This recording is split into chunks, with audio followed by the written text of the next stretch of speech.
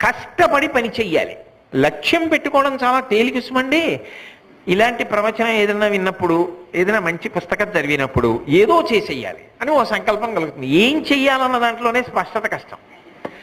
ఒకవేళ స్పష్టత ఉండి ఇవాళ నిర్ణయం చేసుకున్నా రేపే నిలబడదు.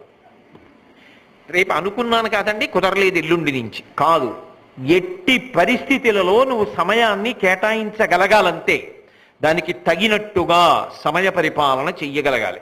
ఏం దానికోసం ఉద్వేగపడిపోక్కర్లేదు. దానికి తగినట్టుగా నువ్వు సమయాన్ని విభాగం చేసుకుని జీవితంలో నువ్వు అనుకున్న కార్యక్రమాన్ని సాధించి సమున్నతమైన స్థాయికి ఎదగగలగాలంతే. అది తిట్టిబపక్షి నేర్పింది. జీవితం యొక్క విలువేమిటో తెలుసుకుంటే ఆంధ్ర యూనివర్సిటీకి వైస్ ఛాన్సలర్ చేశారు శ్రీనివాస అయ్యంగారు అని. మహాతల్లి ఆయన కూతురు ప్రేమానంద కుమార్